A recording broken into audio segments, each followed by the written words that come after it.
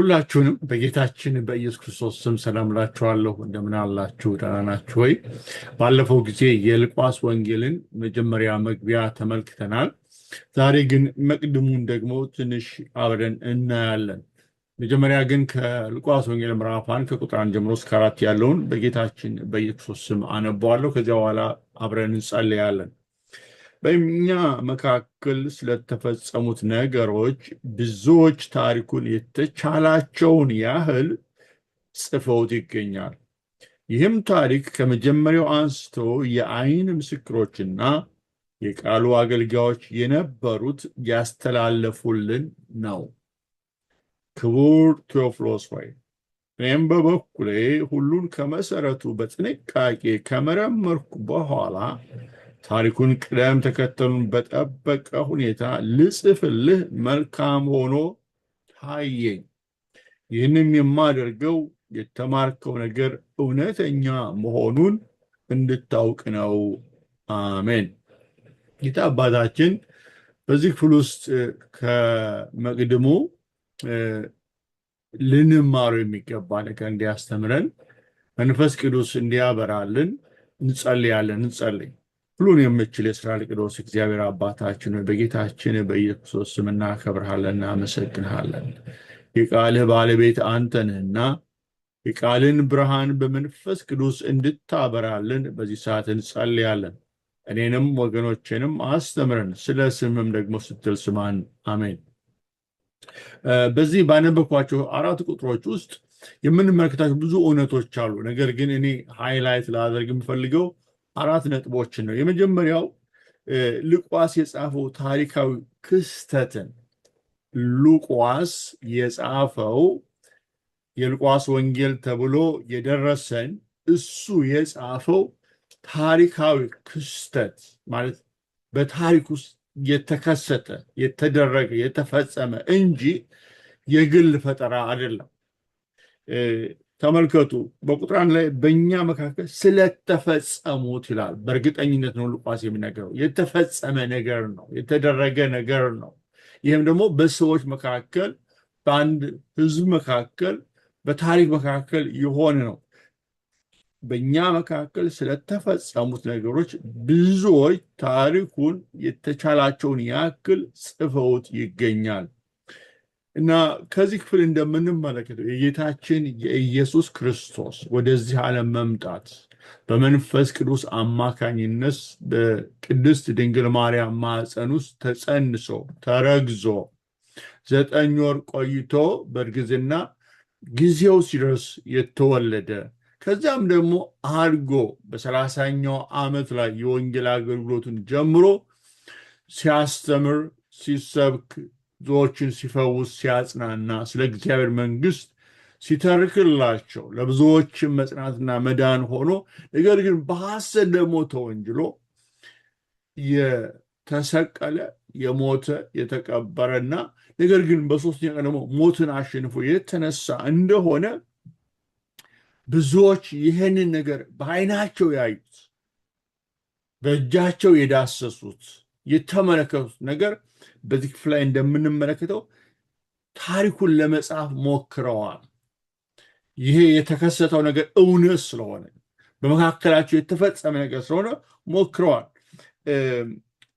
ለምን ግን ጌታ ኢየሱስ ክርስቶስ ወደዚህ ዓለም መጣ?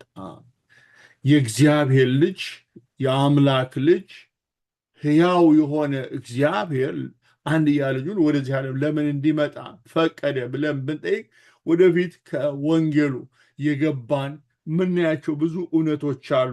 ነገር ግን በጥቅሉ ጌታ ኢየሱስ ክርስቶስ ወደዚህ ዓለም የመጣ እግዚአብሔር እኛን እንዲሁ ስለወደደ እኛ ያለንበት የኃጢአት አዘቅት ጥልቅ ስለነበረ ኃጢአታችንም ስለሚገለን ለዘላለም ከእግዚአብሔርም ስለለየን ስለሚለየንም እኔና እናንተን ወደ አባቱ ወደ እግዚአብሔር ሊያቀርበን መዳንን ሊሰጠን ነው ጌታ ኢየሱስ የመጣው። እና አሁን ግን በዚህ ክፍል ስንመለከት ይሄ የተከሰተውን እውነት የሆነውን ነገር የጻፉ ሰዎች ብዙ እንዳሉ ነው ሉቃስ የሚናገረው።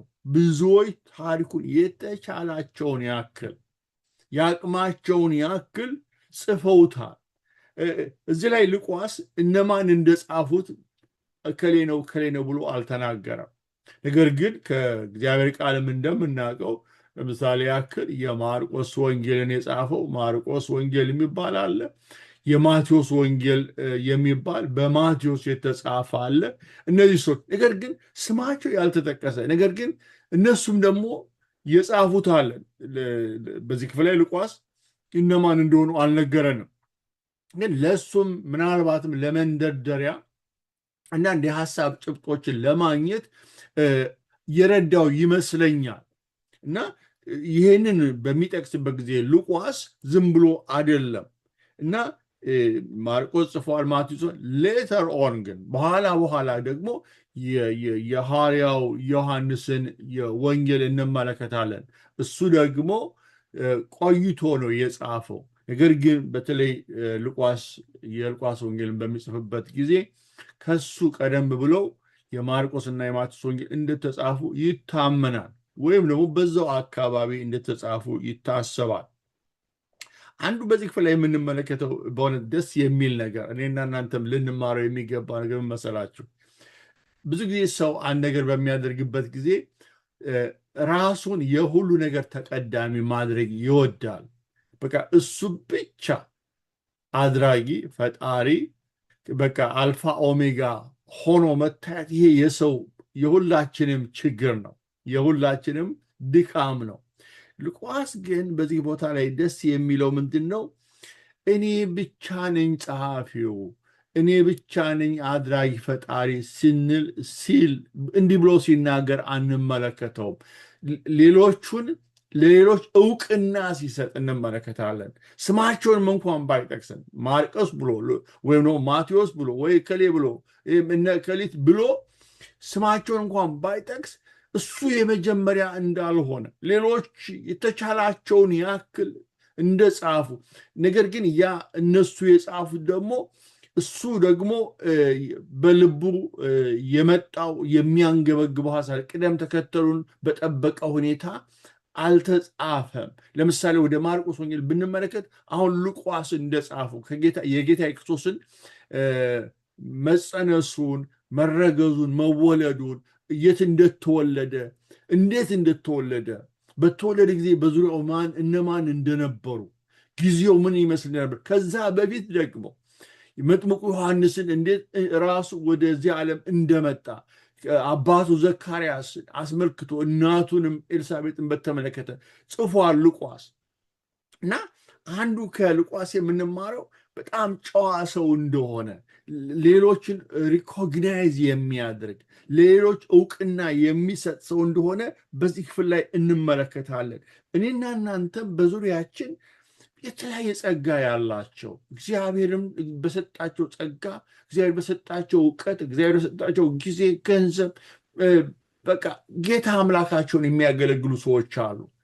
እነዚህን ሰዎች ሪኮግናይዝ ማድረግ፣ ለእነሱ እውቅና መስጠት እኛን አያሳንሰንም ወገኖቼ፣ እኛን አያሳንሰንም። እንደውም እኛ ሰዎችን ስናከብር፣ የሰዎችን ነገር ሪኮግናይዝ በምናደርግበት ጊዜ እግዚአብሔር እንደውም እኛንም ይባርከናል።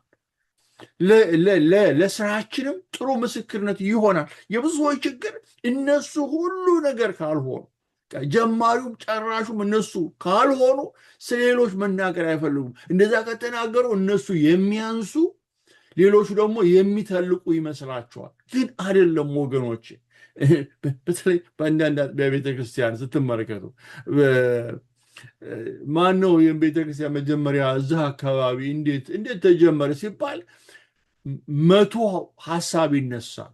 ለምን ብትሉ ሁሉም ሰው የራሱን ታሪክ መጽሐፍ ስለሚፈልግ፣ ሌሎችን ሪኮግናይዝ ማድረግ ስለማይፈልግ ሁሉም ከራሱ ነው የሚነሳው እና ይህ ትልቅ ውድቀት ነው። ሉቃስ ግን ከሱ በፊት ብዙዎች ታሪኩን አንድ አይደለም ሁለት ብዙዎች ነው የሚለው፣ ብዙዎች ታሪኩን የተቻላቸውን ያክል ጽፈውት ይገኛል። ዝም ብሎ ጽፈው ጠፋም አይልም፣ ይገኛል። ምናልባትም እንዳልኳችሁ ለሱም የሉቃስ ወንጌልን ለመጻፍ የመንደርደሪያ ሐሳብ ጭብጦችን ያገኘበት እንደሆነ አስባለሁ፣ እረዳለሁ። ስለዚህ ወገኖች እኔና እናንተም ለሌሎች እውቅና መስጠትን እንማር። እንዴ በቃ አንተ እግዚአብሔር ረድቶ ያደረከው አንተ በጌታ ጸጋ ያበረከትከው ነገር አለ፣ ሌላውም ያበረከተው ነገር አለ። ሙሉ የሚኮነው በሁሉም ነው። እግዚአብሔርም ሲፈጥረን ብቻችንን እንድንሮጥም አይደለም፣ የእኛ ብቻ ታሪክ እንዲወሳም አይደለም። የሌሎችም ኢቭን ትንሽም እንኳ ብትሆን ትንሽ በእኛ አይን ትንሽ ልትመስል ትችላለች።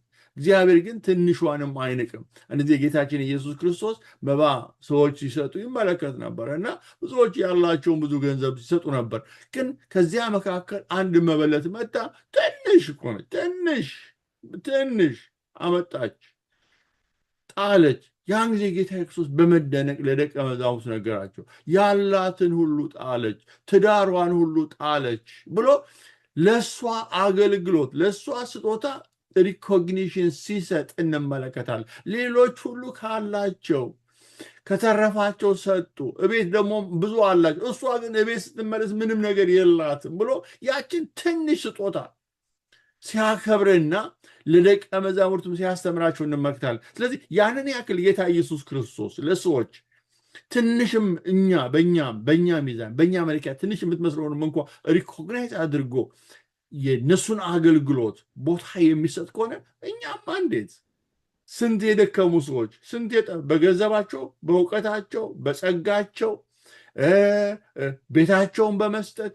አንዳንዶች ራድ በመስጠት ሰዎችን በማመላለስ ወደ መጽሐፍ ቅዱስ በማምጣት ሰዎችን በመጠየቅ ለሰዎች በመጸለይ እነዚህን ሁሉ ሪኮግናይዝ ማድረግ ኃጢአት አይደለም ወገኖች። በሰው መካከል ሰው ኢንከረጅ ይሆናል።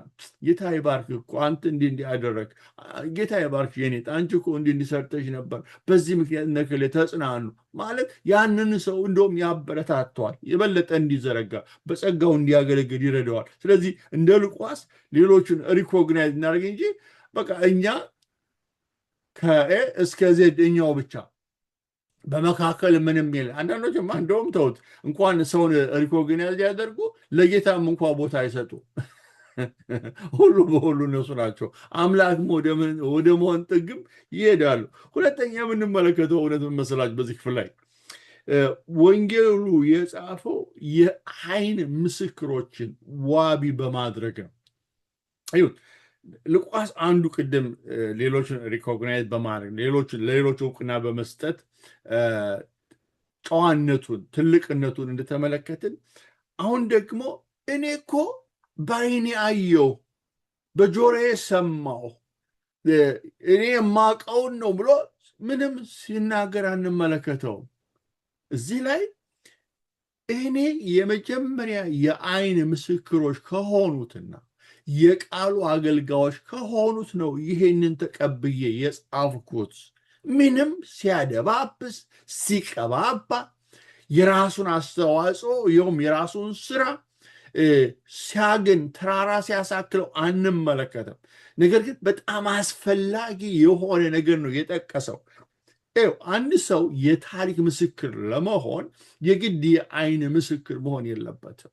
የግድ እሱ ራሱ በዛ ቦታ መገኘት የለበትም። ነገር ግን ልክ ሉቃስ እንዳደረገው የመጀመሪያ የዓይን ምስክሮች ከሆኑ ሰዎች ጋር መገናኘት ነው። የመጀመሪያ ሶርስ የሚሆኑ የመጀመሪያ ምንጭ የሚሆኑ የዓይን ምስክሮች ናቸው። ኢቭን በፍርድ ቤት ደረጃ እንኳን ሲሄዳችሁ ስትመለከቱ ለምስክርነት የምትጠሩት እናንተ የዓይን ምስክሮች ስትሆኑ ነው። እሺ አንተ በዚህ ጊዜ በዚህ ሰዓት እዚህ ቦታ ነበርክ? አዎ ነበርኩኝ። እሺ እና ምን ሆነ? ምን አየ? ምን ሰማ? ተብሎ ሰውየው ይጠየቃል። በአንጻሩ ደግሞ ከመጀመሪያው ምንጭ ከሆነው ሰምቶ ሰው መመስከርም ይችላል። አሁን ሉቃስ እንዳደረገው ከመጀመሪያ የዓይን ምስክር እነማን ናቸው? የመጀመሪያዎቹ የዓይን ምስክሮች በዚህ ቦታ ላይ ሉቃስ ባይናገርም የጌታችን የኢየሱስ ክርስቶስ እናት ምስክር ነች። መንፈስ ቅዱስ በእሷ የሰራውን መልአኩ ገብርኤል መጥቶ ምን እንዳላት፣ ምን እንደተናገረት፣ ምን እንደመለሰችለት ጥያቄዋ ምን እንደነበረ ሉቃስ የጌታ የኢየሱስ እናት አግኝቶ መቼም ሳይጠይቃት ቀረ ብሎ ማሰብ ሞኝነት ነው። ሌሎች ዘካርያስ፣ ምናልባት ዘካርያስ በእድሜው ገፍቶ ሞቶ እንኳን ቢሆን ሌሎች ሰዎች አሉ በዛ አካባቢ የነበሩ የአይን ምስክሮች ጌታ ኢየሱስ ክርስቶስን ሲከተሉ የነበሩ ብዙ ደቀ መዛሙርት ነበሩ። እኛ መናቃቸው 12ቱን ነው። ይሁዳ መጨረሻ ነበር ጌታ ኢየሱስን ሸጦ ሄዷል፣ ራሱንም አጥፍቷል። ነገር ግን ጌታ ኢየሱስ ሐዋርያ ብሎ ያልጠራቸው ብዙ ጌታ ኢየሱስን ሲከተሉ የነበሩ ትምህርቱን ሲሰሙ የነበሩ በተለይ ሁለት አድርጎ ሰባዎቹን ሲልክ በወንጌል ውስጥ እናውቃለን። እነዚህ ሁሉ የአይን ምስክሮች ናቸው። እንደገና ደግሞ በሕይወታቸው በተጨባጭ የጌታ ኢየሱስን ፈውስ የተቀበሉ ለምጻሞች የነበሩ የነጹ፣ ልጇ ሞቶ በሕይወት እግዚአብሔር ወልድ የሰጣት በናይን የነበረችው ሴት ጌታ ኢየሱስ ክርስቶስ መጥቶ እንዴት ልጇን እንደፈወሰላት ስንት አስደናቂ ነገር በሕይወታቸው ያለፈ ሰዎች፣ እነዚህን ሰዎች ሁሉ ሄዶ ሉቃስ በአካል ጠይቆ እነሱ ያዩትንና የሰሙትን ተቀብሎ ነው የጻፈው። በስማ በለው የራሱን ልብ ወለድ አይደለም የጻፈልን ሉቃስ። እና ይሄ የእሱ ወንጌል ሪል ነው፣ እውነት ነው፣ ተጨባጭ የሆነ የአይን ምስክሮች እና ከዚያ ባሻገር ደግሞ የቃሉ አገልጋዮች ማለት የቃሉ አገልጋዮች እነማን ናቸው? እነሱን የቃሉ አገልጋዮች ብሎ ኮስ ያደርግ ሉቃስ ሐዋርያው ጴጥሮስ አለ፣ ሐዋርያው ዮሐንስ አለ፣ ያዕቆብ አለ፣ ሌሎችም ኔሚት ሁሉንም መዘርዘር አያስፈልገኝም። እና ዮሐንስም በአንደኛ መልእክቱ ላይ ሲናገር በዓይናችን ያየነውን በእጃችን የዳሰስነውን ብሎ ስለ ክርስቶስ ኢየሱስ ይመሰክራል። ያየውን የሰማውን የእሱን ትምህርት የሰሙ አገልግሎቱን ያዩ መውጣት ደክሞ ሲተኛ እንደገና ፈርተው ሲቀሰቅሱት እንደገና ደግሞ ለፈሪሳውያን መልስ ሲሰጥ ለካህናት መልስ ሲሰጥ እንደገና የታመሙትን የተቸገሩትን ሰዎች ሲረዳ ሲፈውስ አጋንንትን ሲያወጣ ያዩ የሰሙ እንደገና ደግሞ እሱም አጭር የሚሽን አገልግሎት ሰጥቷቸው ተልኮ ሰጥቷቸው ሲሄዱ ያጋጠማቸውን ሁሉ ያዩ መልሰው ለክርስቶስ የመሰከሩ ትምህርቱንም አገልግሎቱንም ውጣ ውረዱን ያዩ ከዛም ባሻገር በሐሰት ተከሶ እንዴት እንደተወሰደ የሞት ፍርድ ተፈርዶበት እንደተሰቀለ ተሰቃይቶ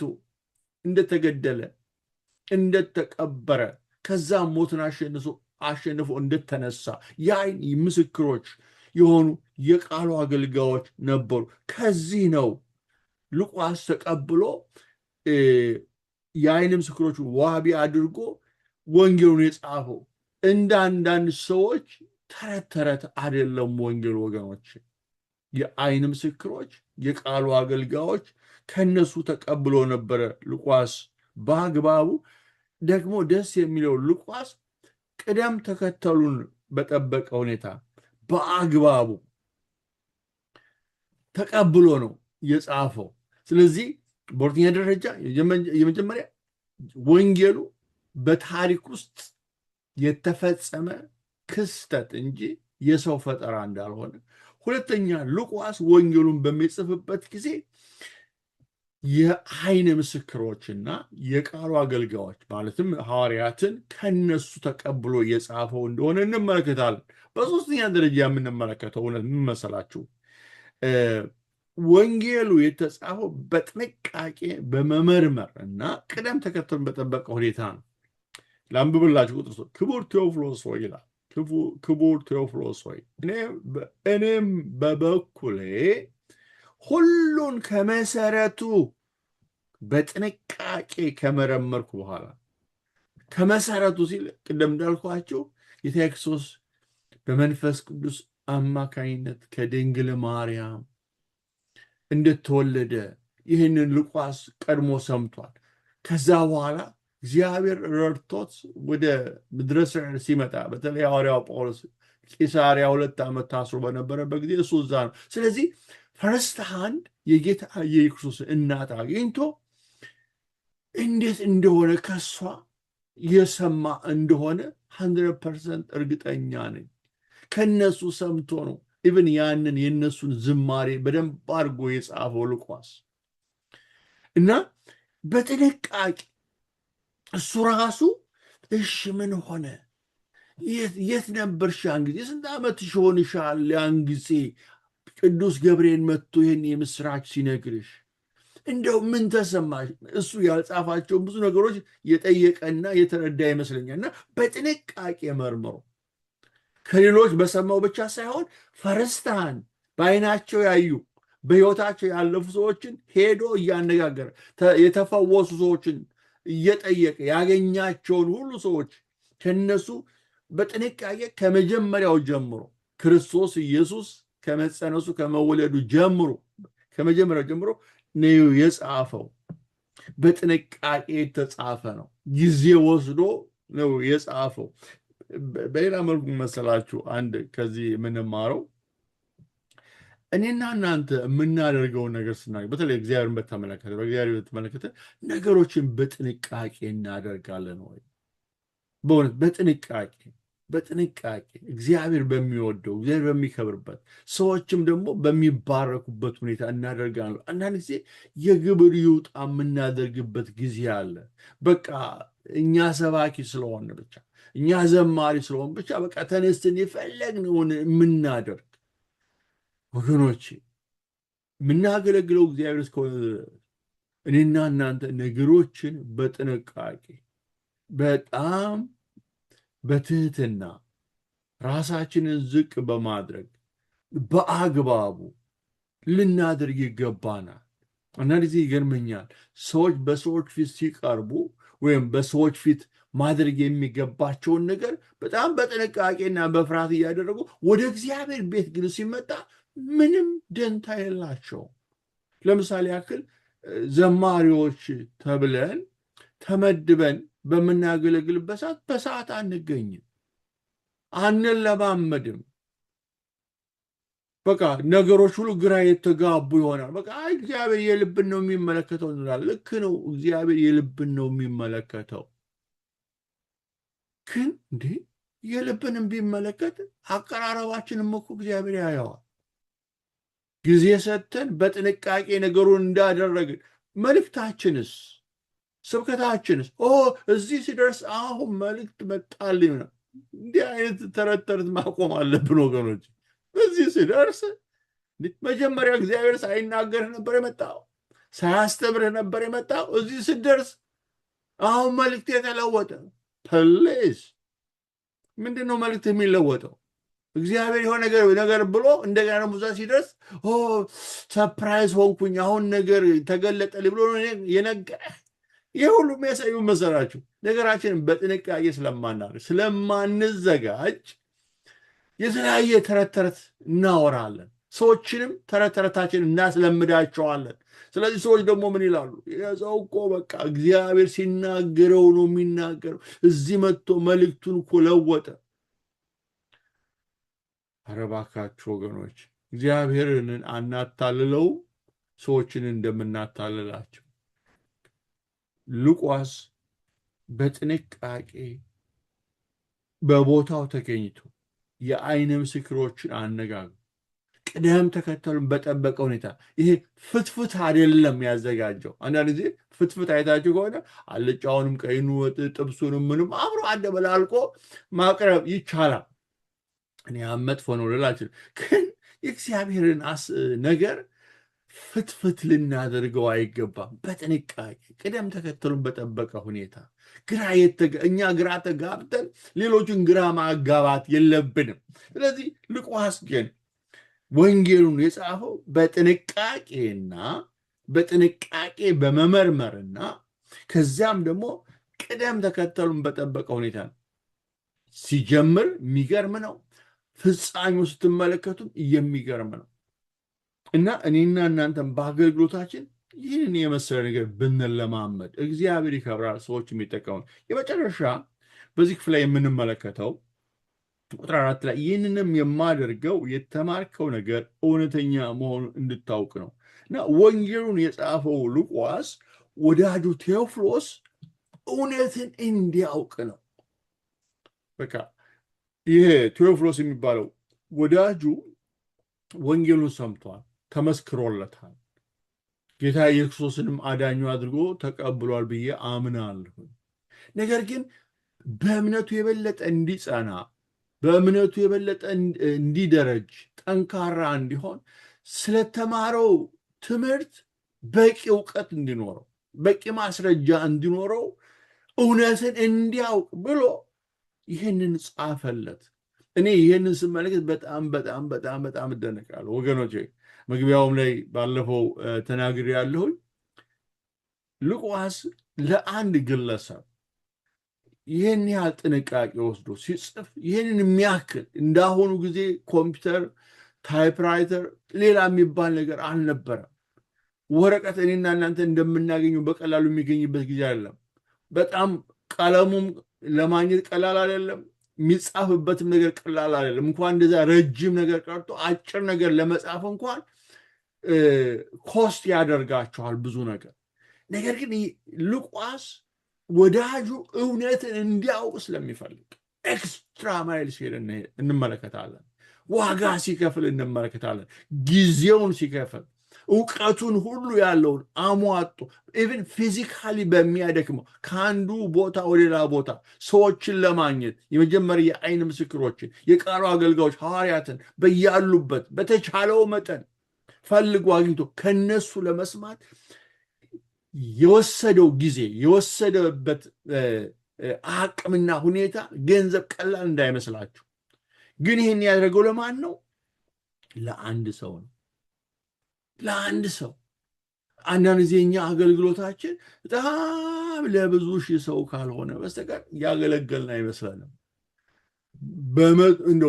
በሺህ ቢቀር እንኳ በመቶ የሚቆጠሩ ሰው ፊት ቆመን ካልዘመረን፣ ካልሰበክን ወይ ደግሞ ካላስተማረን ያስተማርን ያገለገልን አይመስለንም።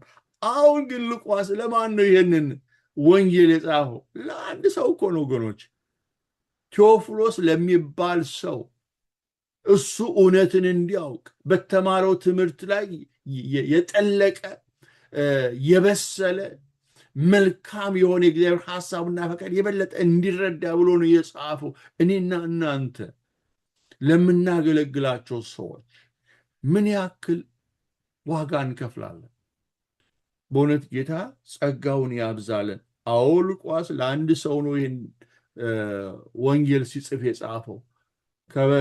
በአእምሮ ውስጥ ከሱ በስተጀርባ ሌሎች ሰዎችን አላየም ማለት ባልችልም፣ ከዚያ በኋላ ግን ይሄ እሱ የጻፈው የወንጌል መጽሐፍ በቢሊየን የሚቆጠሩ ሰዎች አሁን እያነበቡት ነው፣ እየተጠቀሙበት ነው። ለብዙዎች በረከት፣ ለብዙዎች ስለ ጌታ ክርስቶስ ለማወቅ ለደህንነታቸው መሰረት ሆኖላቸው፣ እግዚአብሔርን ለማወቅ መሰረት ሆኖላቸው፣ አዳኛቸውን ለማወቅ መሰረት ሆኖላቸው እንመለከታለን።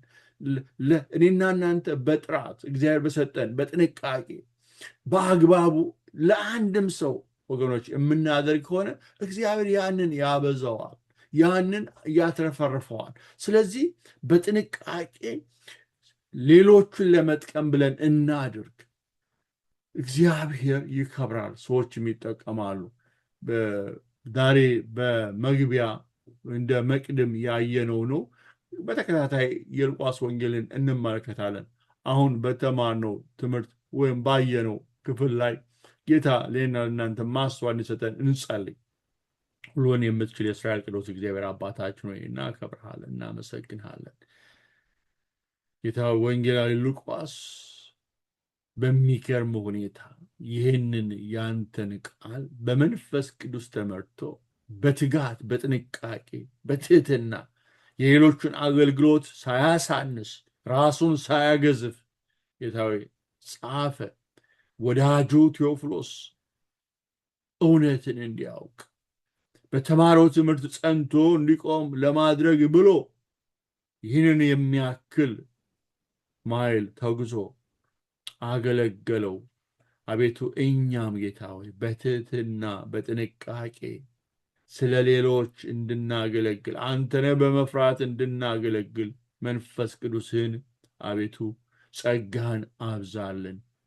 ስለ ስምም ደግሞ ስትል ስማን። አሜን። ይህንን ቃል የሰማችሁ ወገኖች ጌታ አብዝቶ ይባርካችሁ፣ ለበረከቱ ጸጋውንም ያብዛላችሁ። ሌሎችን በትህትና በጥንቃቄ የምታገለግሉ፣ የሌሎችን አገልግሎት ደግሞ ሪኮግናይዝ የምታደርጉ፣ ሌሎችን አፕሪሼት የምታደርጉ እግዚአብሔር ያድርጋችሁ። ሌሎችም አስተላልፉት። ሰዎች ይህንን ቢሰሙ ይጠቀማሉ ማለት ነው።